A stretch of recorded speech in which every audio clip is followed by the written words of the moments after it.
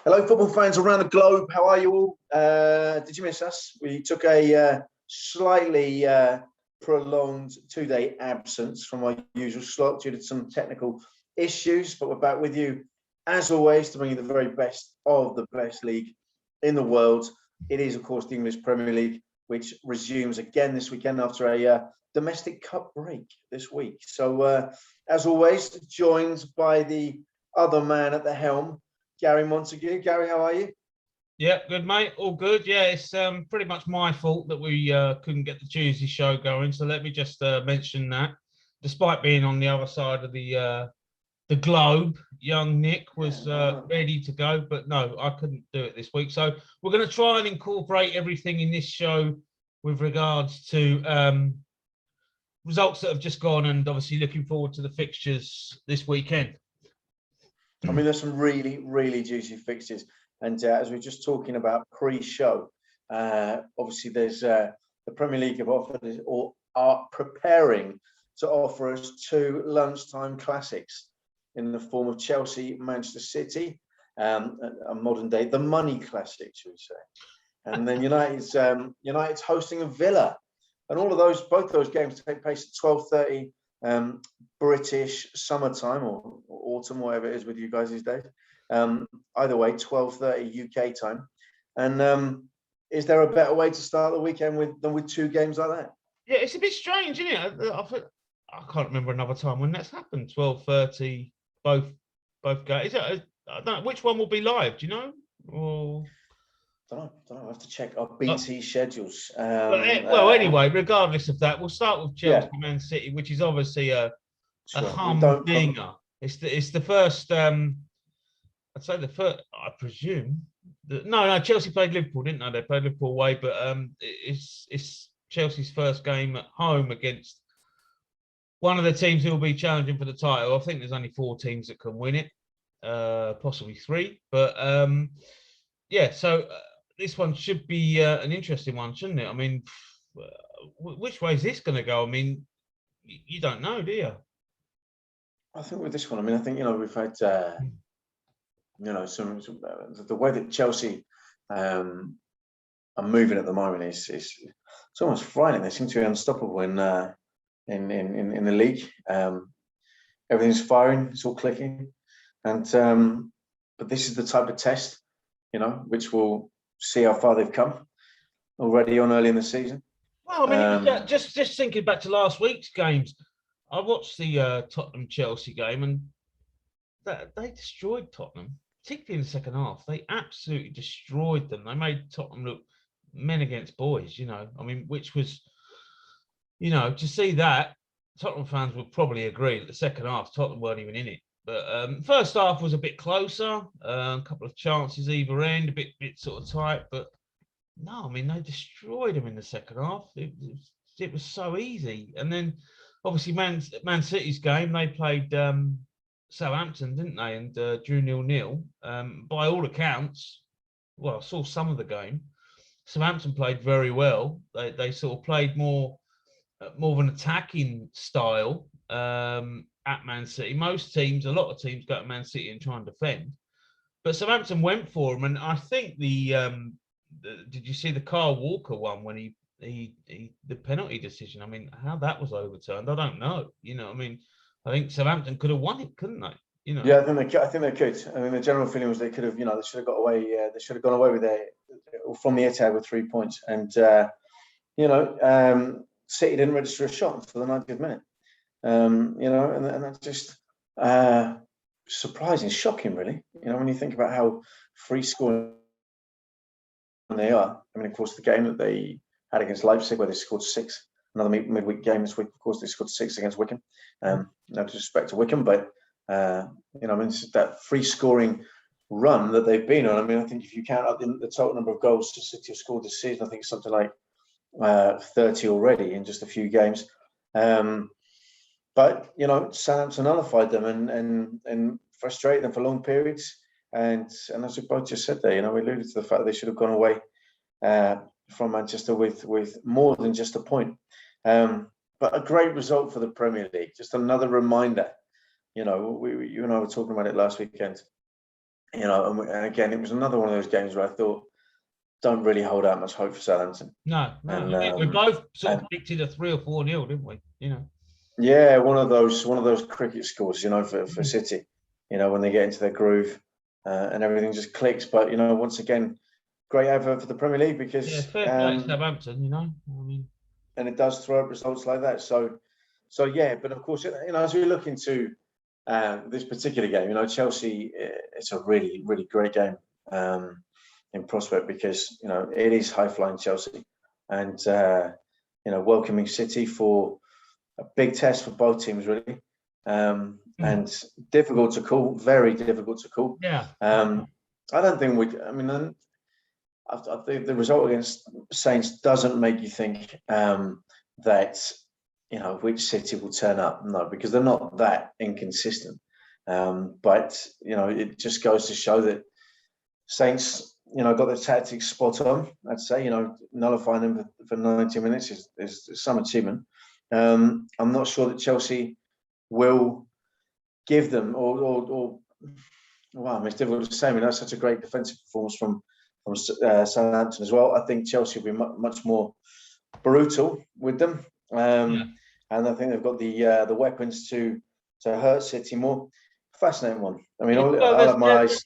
They're slight favourites, probably just because they're at home. That's probably it. I mean, it could go either way, but I'm going to ask you to make a prediction without sitting on that fence. And just, I mean, I was looking at our predictions last week. I think we've got about 3 or 4 right each, so it's not easy to predict these games. But go on, have a bash. What do you reckon? I'm going to go 2-1 Chelsea. It's at the Bridge. I just think the momentum that they're building at the moment is phenomenal, really. And I think you look at which teams can stop them. I think City are one of them, but I'm going to go with 2-1. Yeah, well, I was thinking along the same lines, really. I was thinking just Chelsea. I think it'll be a really tight. Well, hopefully it'll be an open game. It'd be great to see a cracking game, but I don't think it'll be too open because they've both got pretty decent defences. So I don't know. I just got a feeling. I think Chelsea might, like you say, 2-1, 2-0 Chelsea, something like that. So yeah, I'm going to go with that. And obviously the second game of the sort of early kickoffs is Man United against Aston Villa. You must be pretty confident about this one. Well, I am. That said, though, I think it'll be. I don't know, I was just chatting to someone else about this. The fact that the Ronaldo impact. When you look at the fact that obviously based on last night's result in the cup, so we're out of the albeit more inferior domestic competition, and we got had a pretty uncomfortable night in Switzerland last week in the Champions League, and we lost there. So on one hand, Ronaldo's doing the business. Well, he's absolutely doing the business. He doesn't stop scoring. But we're doing the job in the league, and we're sitting top of the tree in the league. I hope to think that we'll just continue that. I mean, obviously Villa are a good side. Fantastic result last weekend, of course, 3-0. No one really expect that, against Everton. I think that game pretty much. Well, the funny thing is, I mean, I think when we spoke last week, I sort of said it'd be a tight, sort of maybe a draw game. But when you look at it, I think Everton lost. They lost Pickford, didn't they? They lost Calvert-Lewin. They lost Richarlison.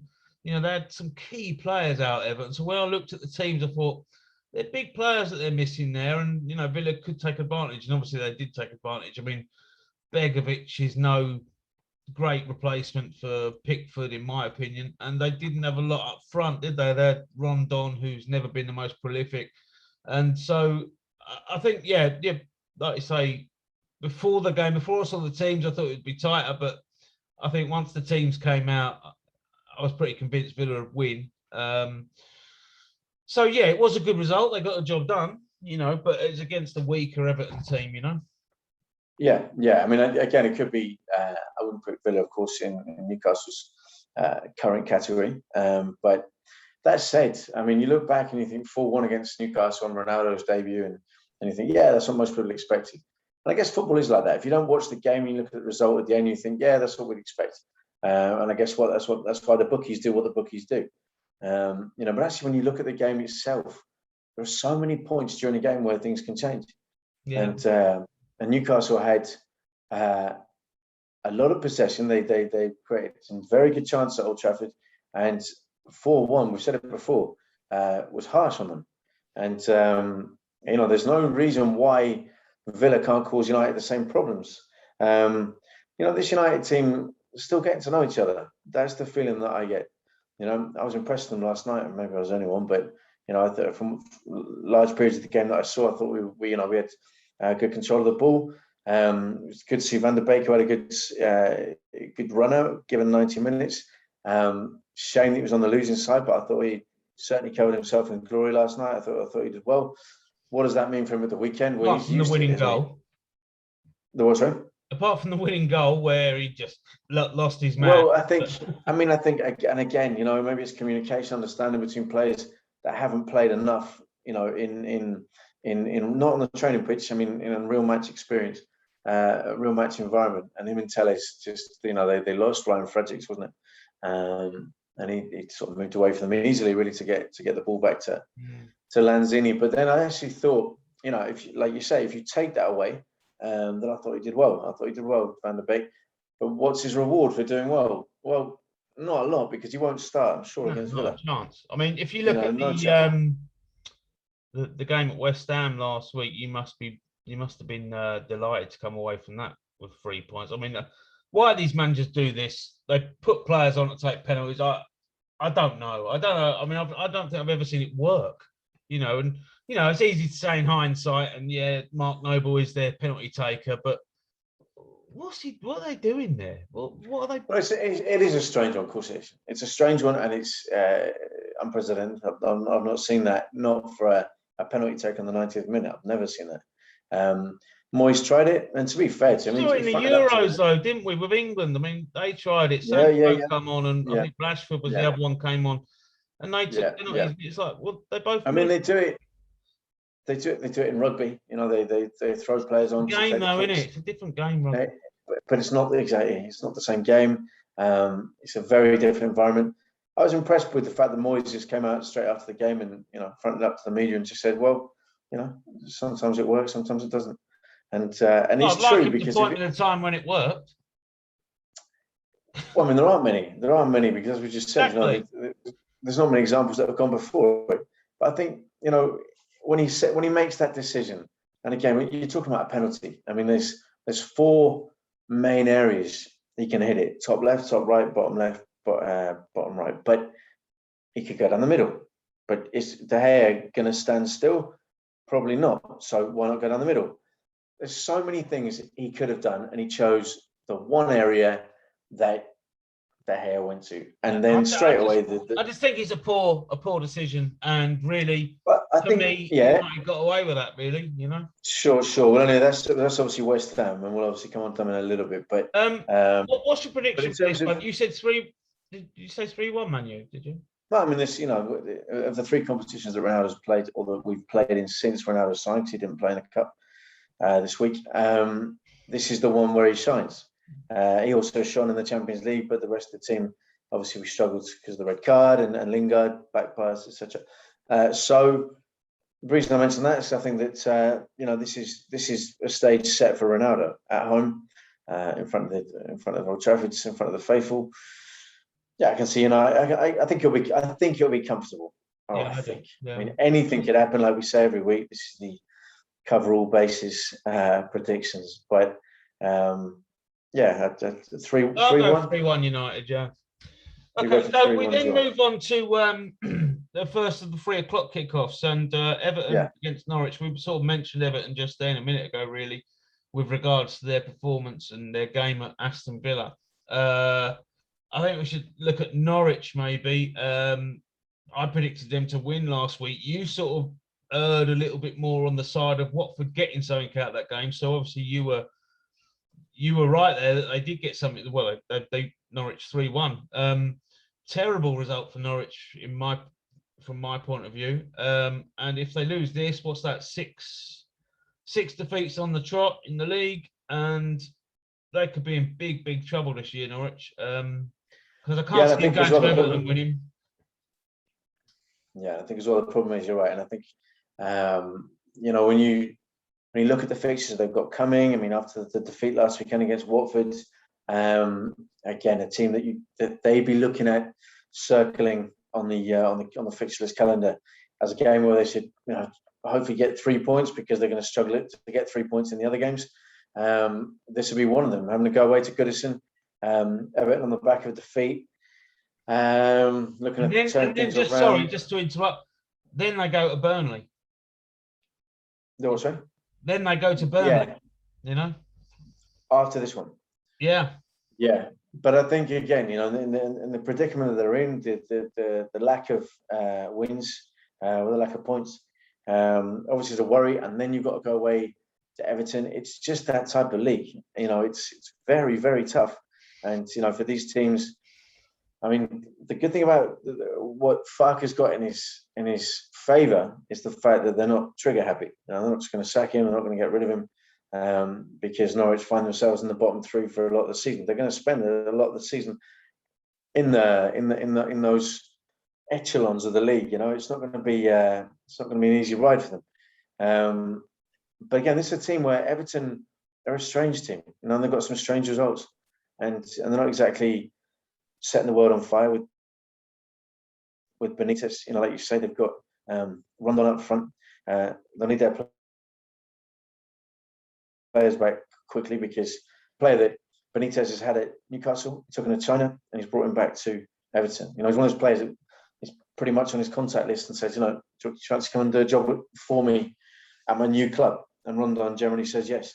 And he's not good enough, I think, to oust Richarlison and Calvert-Lewin on their day when they're fit. Well, I mean, he just bought him as a backup, didn't he? Obviously, he got him in as a backup because they were short up front. Yeah. That was the only reason. I don't think they were expecting Rondon to play too much. But talking to Norwich, I'm just looking at their fixtures here. They've got Everton away, and then Burnley away, and then Brighton at home and Chelsea away. I mean, could we be looking at no wins from? Then Leeds at home. We could, looking at them play, they look very powder puff. They're going to struggle to get a win anywhere, aren't they? I don't know. Yeah, I completely agree with you. And I look at this and I think, this is the plight of a team like that. And this is why I really hope that he doesn't just, Farke doesn't lose his job because of this, because if he doesn't get, that's how important it was for them not to lose to Watford last weekend. Oh, it was huge, massive. Yeah. And they lost. And they had to win that game. Yeah. And for you to mention those fixtures that you just have, you look and you think, they could still be in this predicament in a month. Absolutely. And it's worrying times. But then hopefully, Delia and the board will see sense and think, well, what are the reasons that they're in that league, in that position? Because maybe they're not good enough.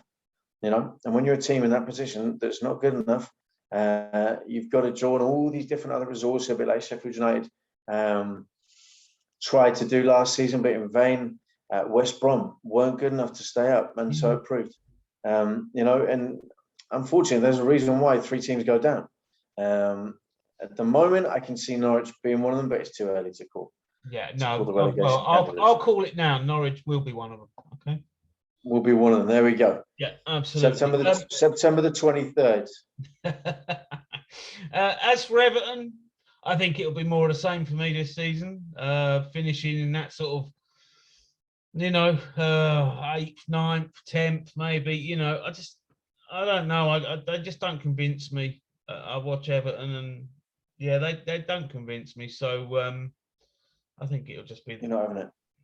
As usual, about a month. Then again, look at the clubs they're up against. It's not easy, trying to finish above these clubs. So, what's your prediction for that game then, Everton Norwich? I'm going to go with 2-0 Everton. But again, it's hopefully I'll be proved wrong. But when I look at it, it's at Goodison. They generally got better results at home, haven't they, Everton? Yeah.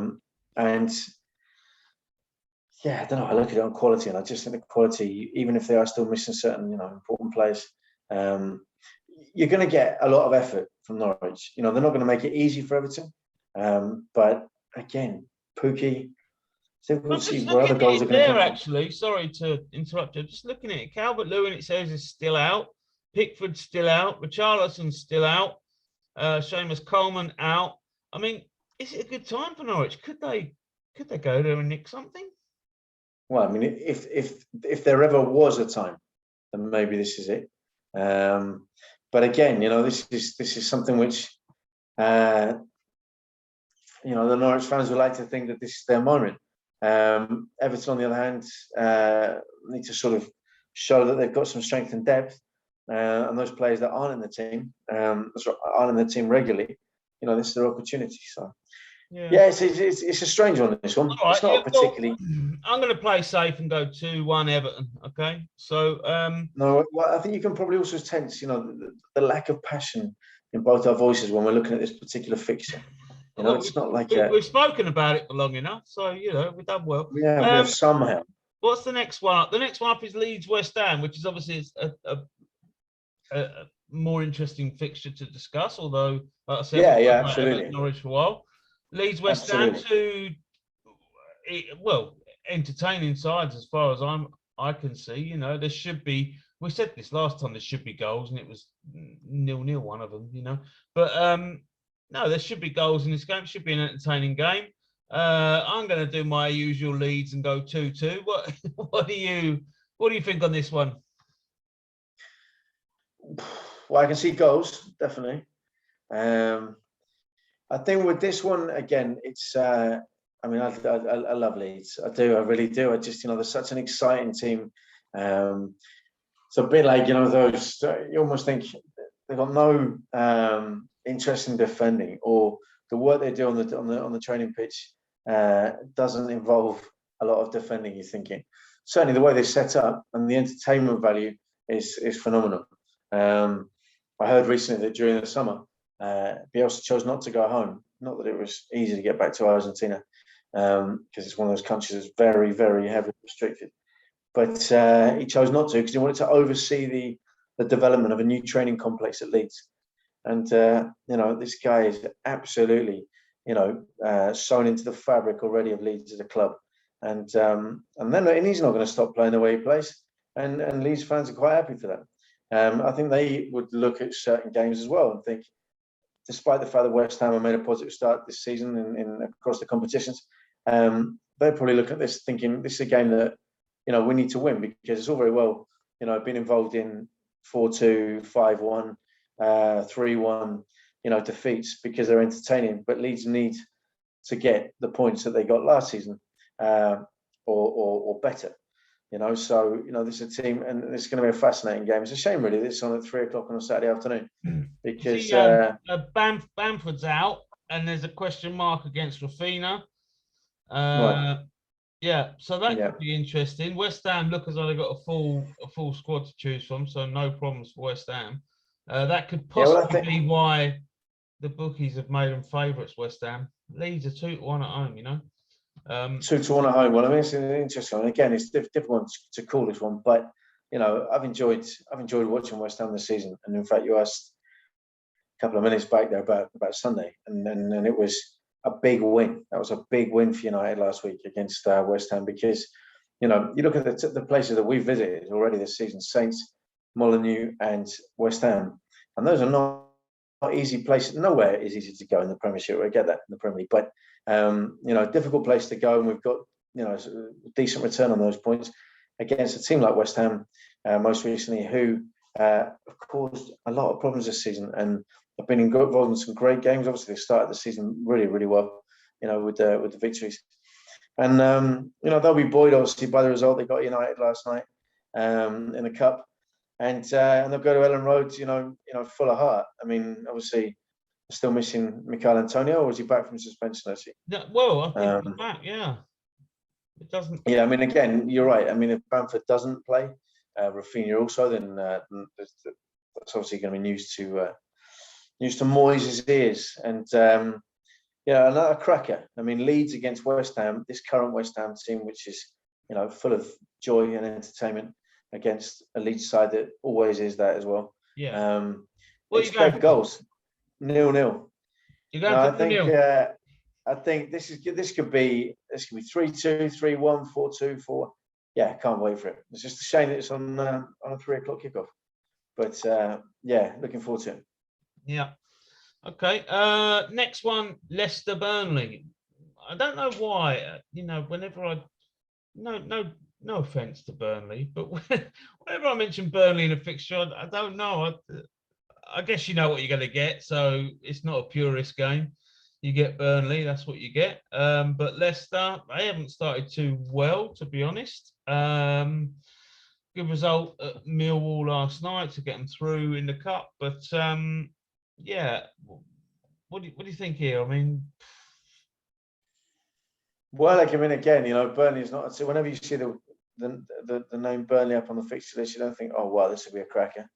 But it was certainly an interesting game. I mean, obviously, they gave you boys a decent game last weekend, and albeit I felt Arsenal in control. And obviously, we'll talk about your boys in a bit, but I felt like Arsenal controlled the game well, but still at 1-0. Again, just goes to show that Burnley are a tough match, and especially at Turf Moor. This one's obviously the King Power in Leicester. I can see nothing more. I can honestly see nothing more than a Leicester win with this one. Right. I think Leicester are going to win this comfortably.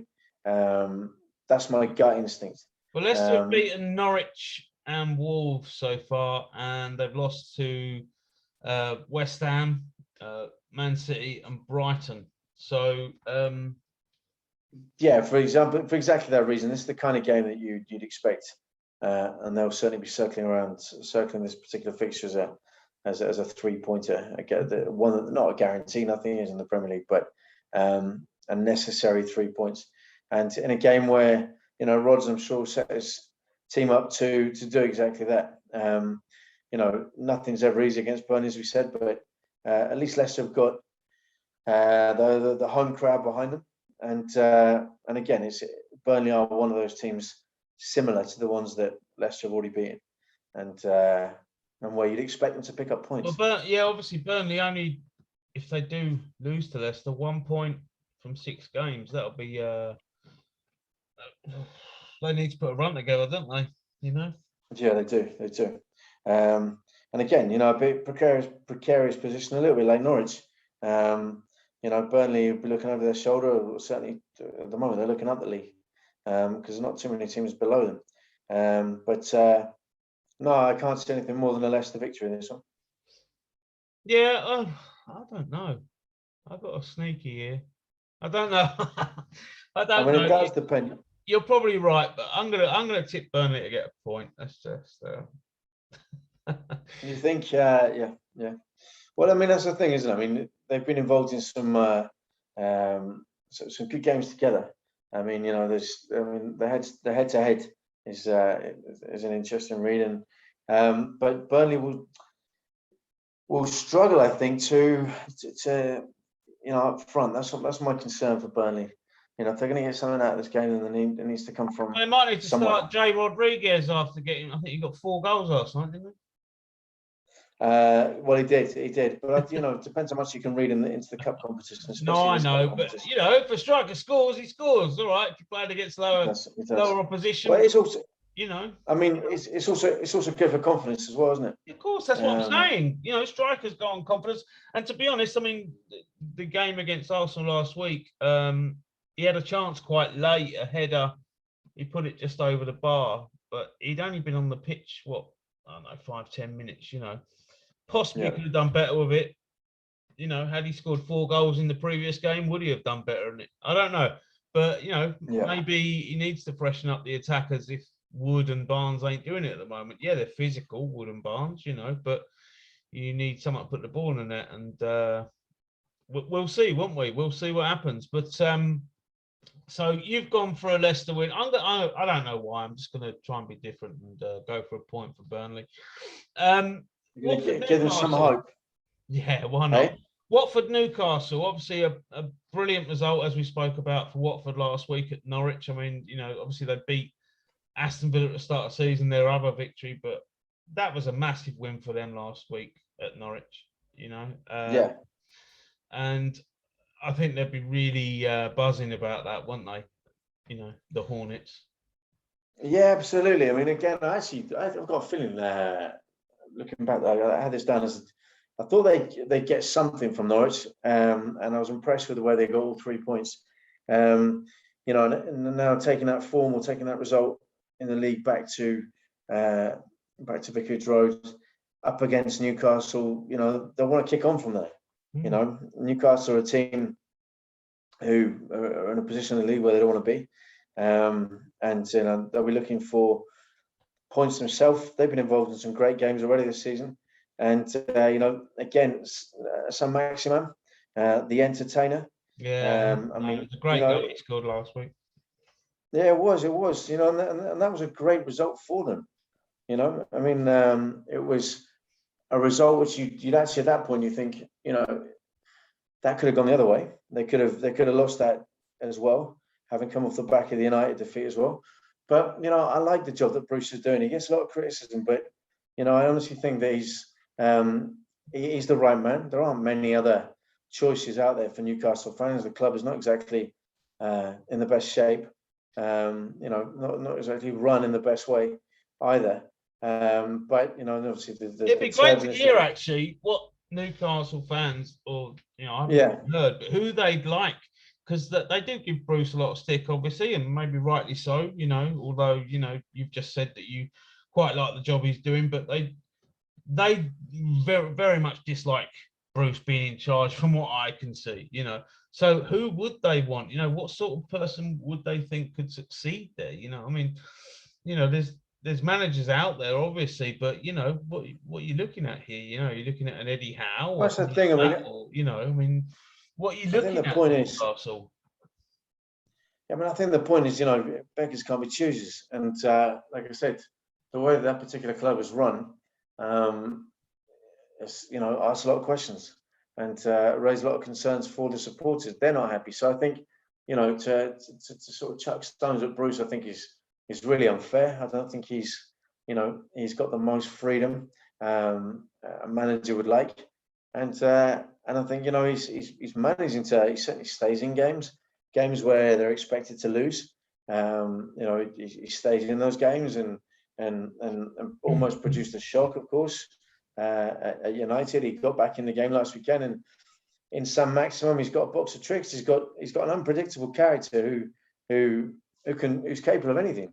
And he needs him to stay fit, because if he can, then obviously Amaron's obviously a good servant to him as well.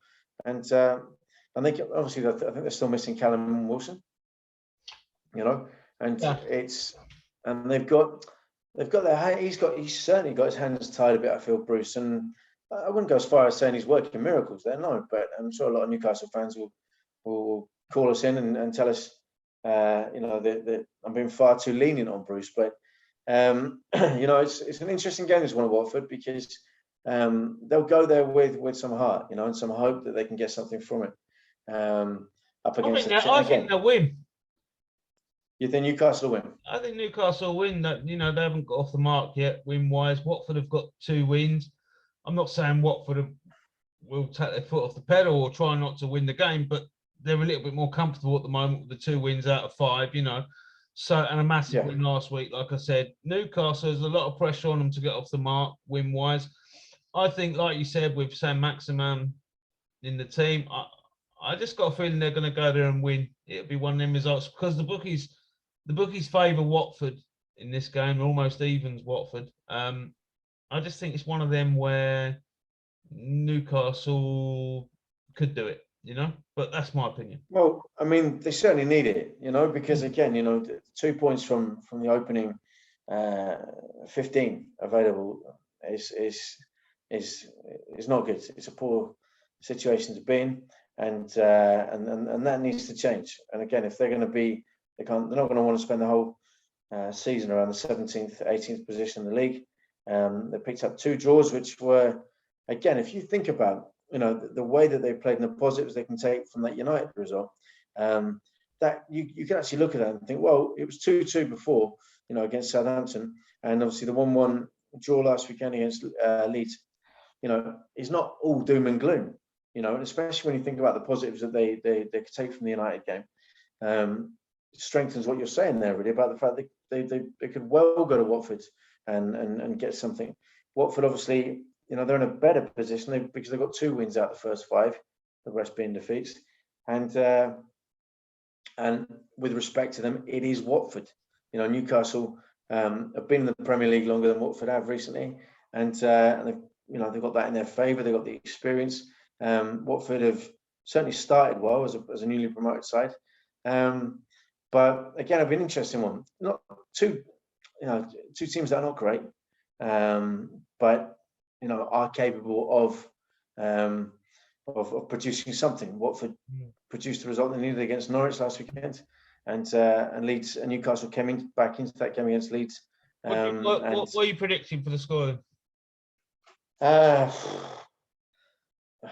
Problem is, I don't know. If Newcastle play as positively as they have done recently, 2-1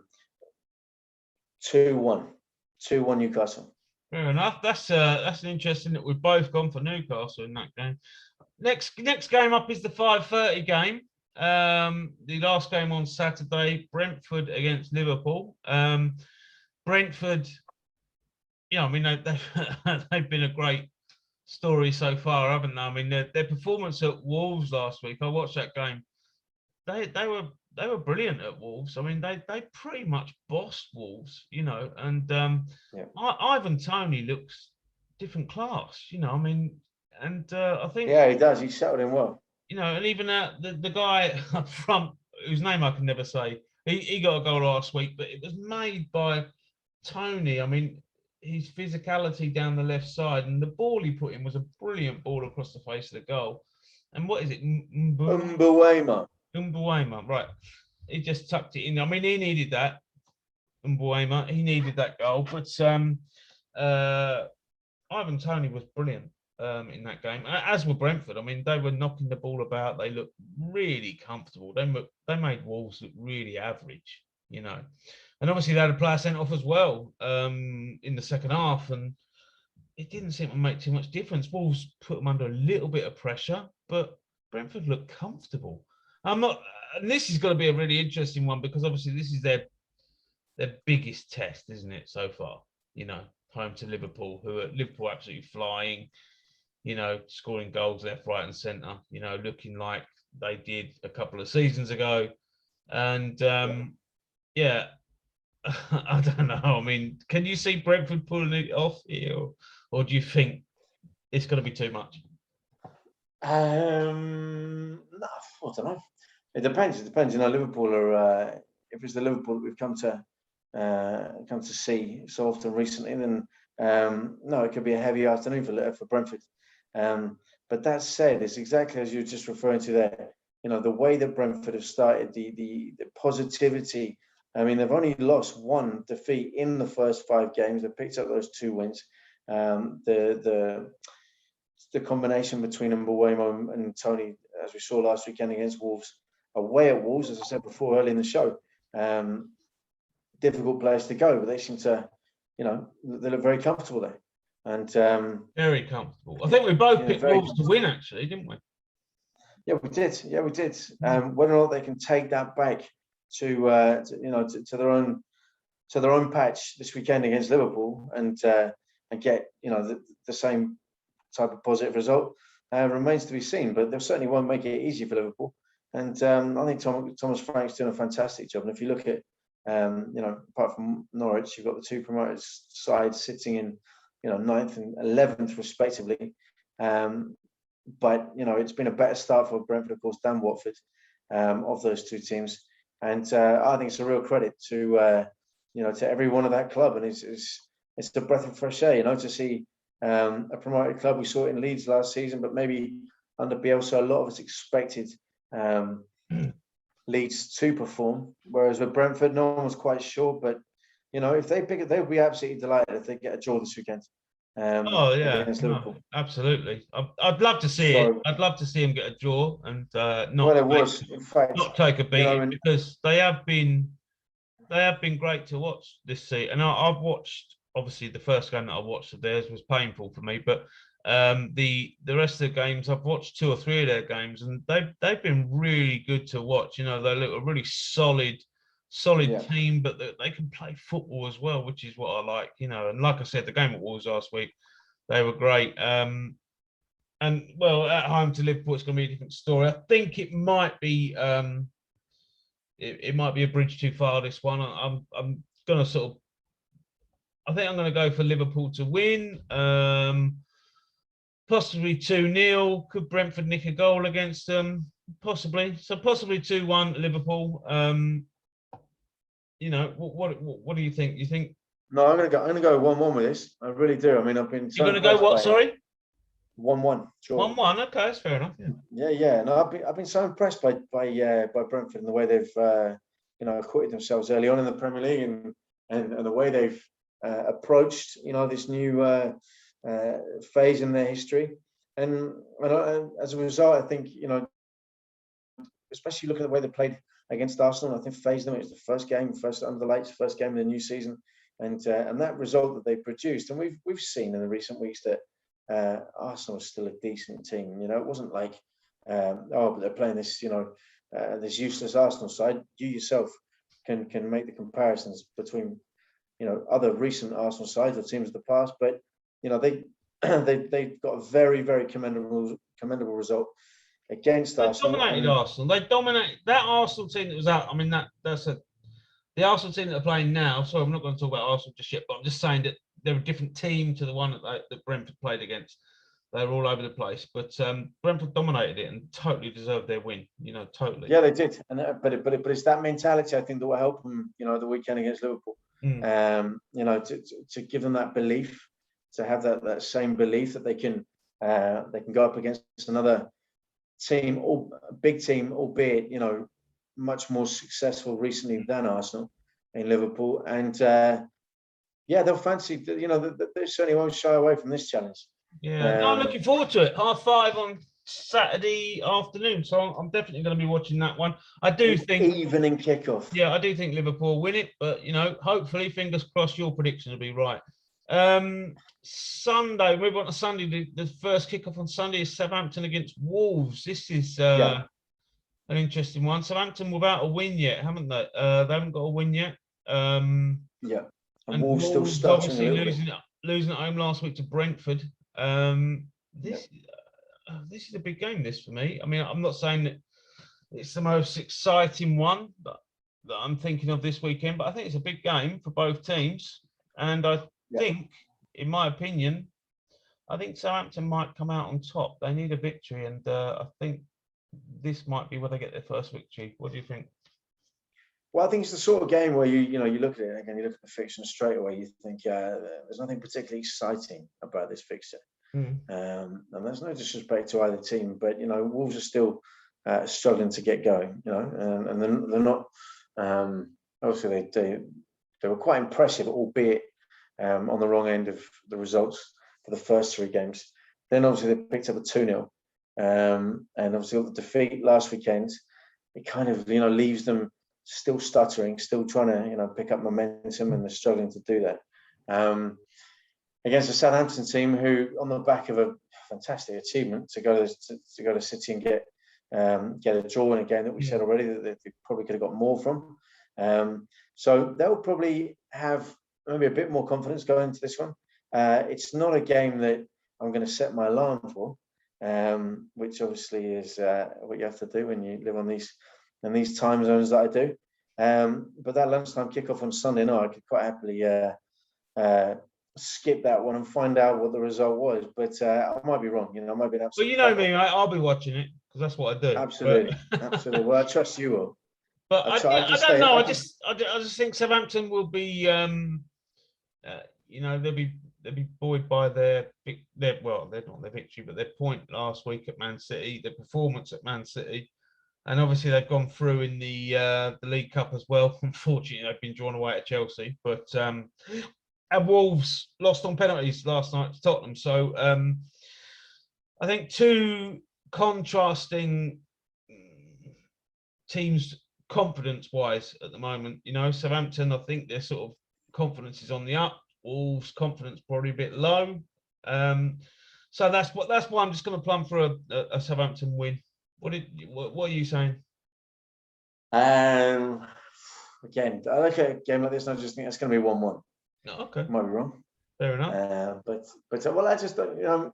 I mean, I think you still feel that Wolves need the Raul Jimenez of yesteryear before the injury. Yeah, it was interesting watching that game last week. I was just saying about the Brentford game. He went up for a header and he had a good chance to score with a header, and he put it wide. I think before the injury he would have scored that, and after the incident he tore off the face mask and threw it down as though to say, "Well, I ain't wearing that because that's preventing me scoring now." I don't know, but it was interesting to see. But yeah, we don't know the they need him scoring, don't they? The story behind that. Well, absolutely, and I mean he's a local hero here. You can imagine, and of the foreigners that have gone abroad from these shores in Mexico, he's the one that gets a lot of the headlines. And I think just Wolves need that because they've got this new manager in. He's trying his best. He's clearly a talented manager, but again, he's had a real baptism of fire. His introduction to the Premier League's been pretty brutal, and he could really do with going to St Mary's and picking up all 3 points, but so could Southampton. Well, you've gone for a draw anyway, so I'm conscious of time here, so we're going to move on from that one on to the 4:30 game, Arsenal. The big one, the biggie, the North London derby. I'll let you talk for a bit, and maybe I might jump in. Really? Well, I was actually about to say I'll just leave the floor completely. All right, okay, fair enough. I will do. I'll try. I'll tell you what. Go on. Now you've done that. Now you've offered me the. Go on then. Yeah, no, I mean, I'll tell you what. I'll do that. I like the approach. I'll begin, and then you just take straight over. This is we talked about it every week, didn't we? We mentioned it for the last few weeks. If you get the win against Norwich, if you get a win against Burnley, and you get a win against Tottenham, then it's all rosy. If you do that and you get a 1-0 win, that's 3 1-0 wins, and it depends how you look at football results. That's actually a real success for Arteta, given how, I mean, it is already in the way that the two results, we can only talk about the results that have happened rather than speculating about, the Spurs game. The two results that he's got on the back of the first 3 defeats is a credit to him, and it's not being fickle football fans. We all said that maybe, things change needs to be made. But he's defied those critics, and he said, and they've mustered up 2 victories in what potentially could be banana skin fixtures, and he's come out of it on the other side with 6 points. He now goes into the Spurs game against one of the unflattering, one of the most unimpressive Spurs outfits that I've seen in recent memory. Disjointed, with potential, but generally disjointed. And this is, you talked earlier about, an opportunity to go to, to some of these games and really, get the result you need. Like, it's a great opportunity for Norwich to go to Everton and pick up 3 points. I think this is a cracking opportunity for Arsenal. They won't have a better opportunity to beat Spurs, in my view. What do you think? Well, I think this is make or break for Arteta, this game. Yeah, this one is. Okay. He's got the victory against Norwich was expected. It wasn't a great performance, as I said last week. The victory at Burnley wasn't expected. It was a decent, dogged performance. The defence were very good. Ramsdale was fantastic in goal. His command of the area was brilliant. He got the tackle in on Vidra, which they gave as a penalty, but then overturned because it was a good tackle. Partey looked good.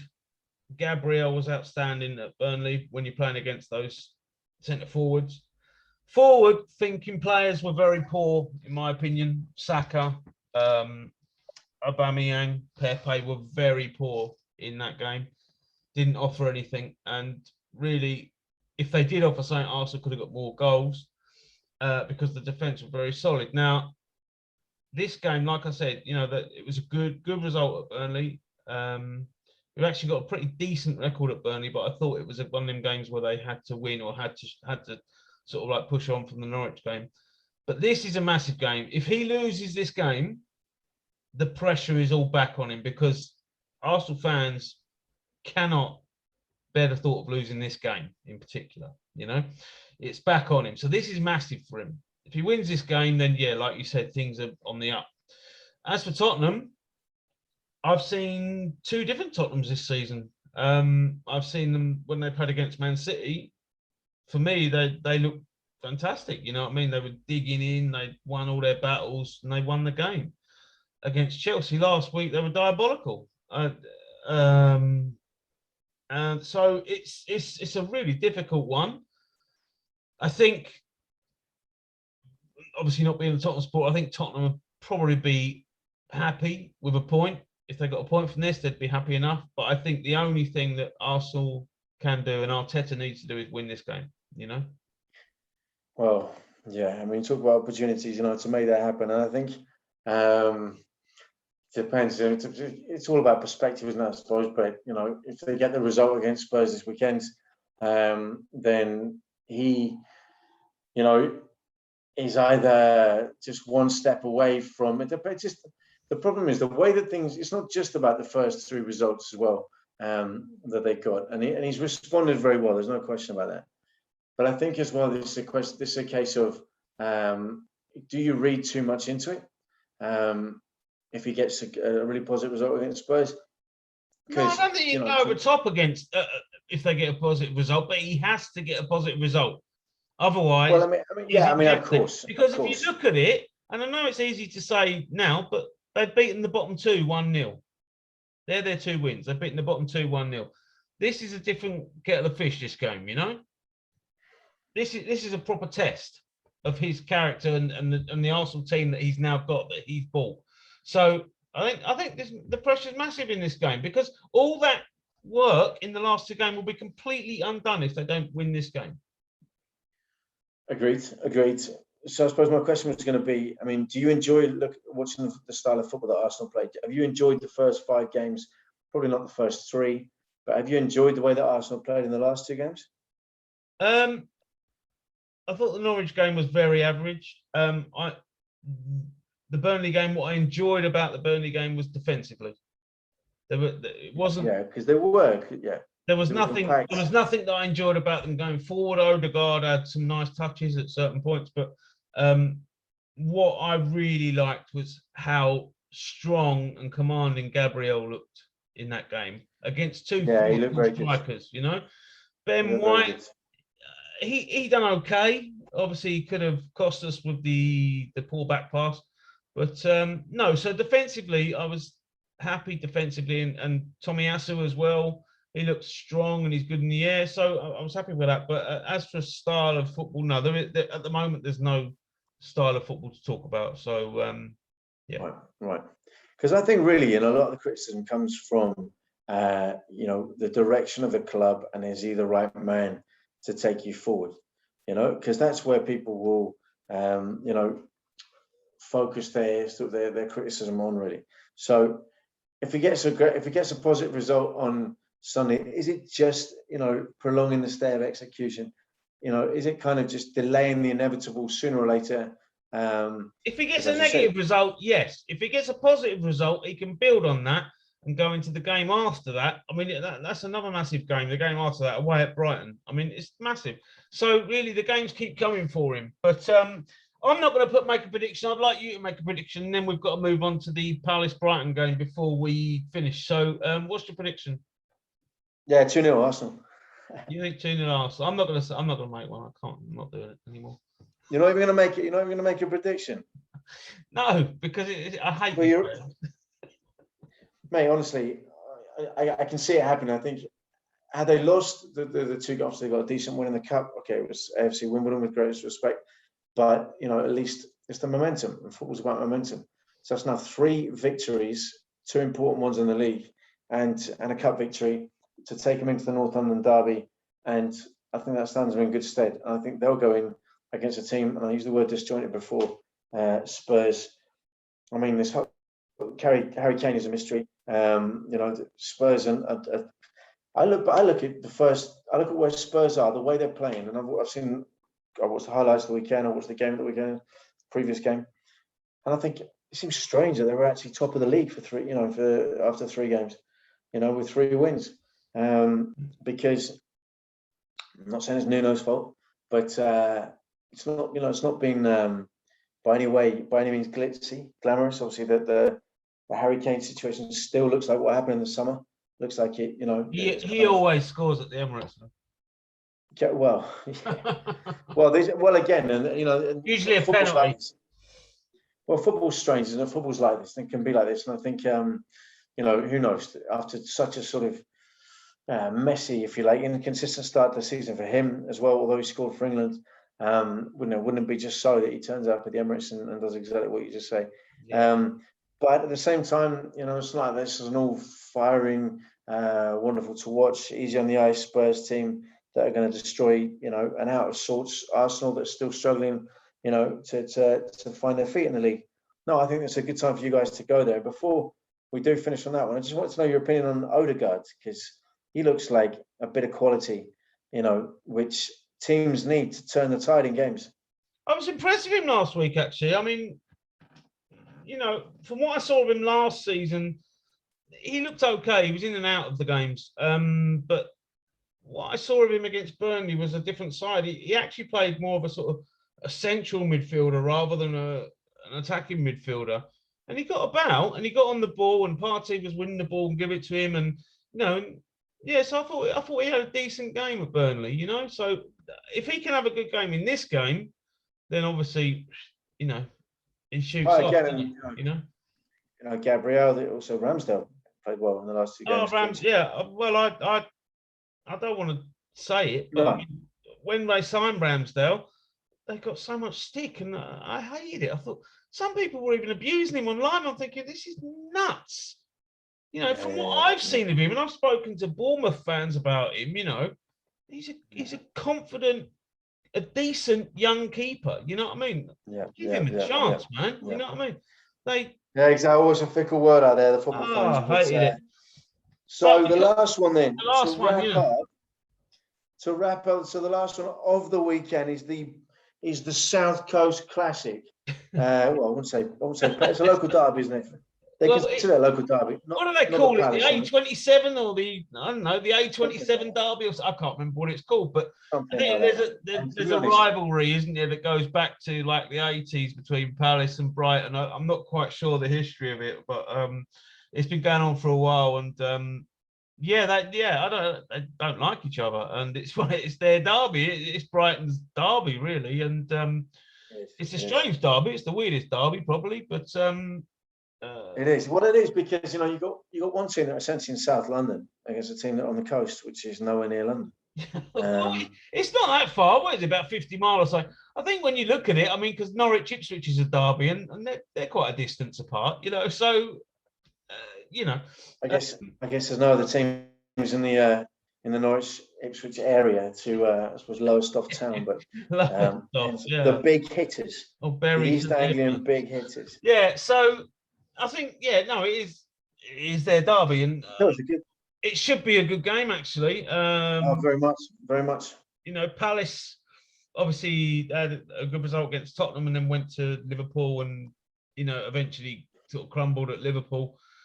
Brighton have been absolutely flying. I think 4 out of 5 wins or something like that in the league. Some good results as well along the way. So it's a difficult one to choose. I think there'll be goals. Well, to be honest, it's one of those games. I mean, Palace is quite an exciting Palace team to watch at the moment. I enjoyed it. I certainly enjoyed the game against Spurs. I wasn't quite sure how the game was going to go. This is Monday night. Yeah, it's the Monday night one. Monday night football, when quite a pulsating, mouth-watering clash, really, because whatever kind of derby it is or it isn't, it's 2 teams that have started the season with some flair. Obviously, Brighton, as usual, well managed, good team, playing nice football. up against Palace, who obviously under new management, and made some good signings, good astute signings, easy on the eye. Always a good atmosphere as well at Palace, So yeah, I'm looking absolutely. Oh, it's a classic Monday night place. It really is. Yeah. I remember when what was that? A couple of years ago, Monday night it was, and United played Palace, of course, at Selhurst Park. I think Matic scored in the last minute to get a draw, an absolute thunderbolt, and the whole place just erupted, and you just think, and that was the away fans, they create a great atmosphere down there. Yeah, I'm going with the Palace win for this one. Should be a good one. What are you predicting for it? Yeah, I'm going for a 2-0 Palace win. Oh, are you? But then this is one of those games. This could quite easily end up, any one of the three. I'm going to go 2-2. I'm going to go 2-2. A Monday night cracker. Monday night cracker. Monday night cracker in South London. Yeah. Sorry we didn't spend too much time on that game, but we're sort of running out of time.